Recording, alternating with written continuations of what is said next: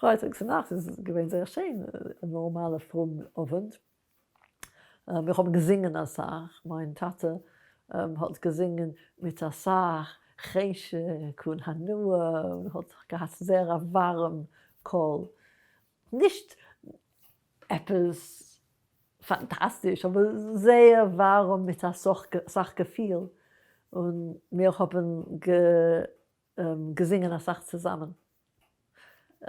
Zmiris oder Shalom Aleichem. Also weiter die Lieder. Und euch Neginim. Weil, später, wenn ich habe gelernt, mehr Shirim mehr Lieder in Bnei Akiva, haben wir euch sehr gesungen. Und wir haben ihm gelernt, die neue Melodien für Zmiris.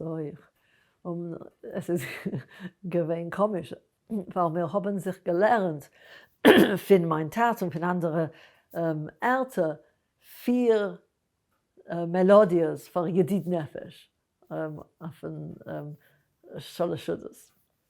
Also wenn wir haben das gesungen, und wir haben nicht nur gesungen auf den Shalosh, wir haben gesungen euch Shabbos. Wir haben gesungen an andere Melodie für jede Strophe. Also das ja. Also wir haben gebrengen neue Melodien, wir haben meine Tatas Melodien von dem Heim, in der Heim. Ja. Also wir haben, es ist schön, wir haben gemischte Melodien von Polen, von Israel, von, ich weiß nicht, England.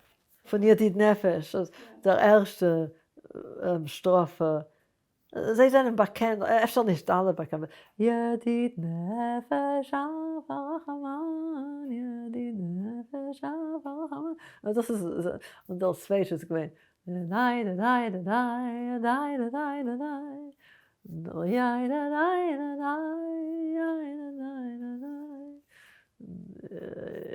habe vergessen doch. Fertig. Aber sie sind alle anders. Und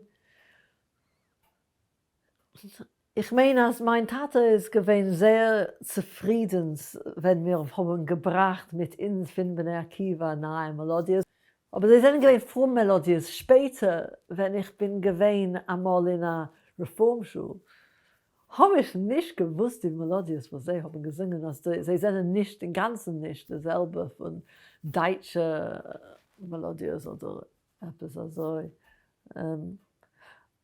Und ein paar Melodien sind gekommen von meiner Mutter, aber nicht zu viel. Weil meine Mutter bedarf klar in Kirche kochen oder organisieren oder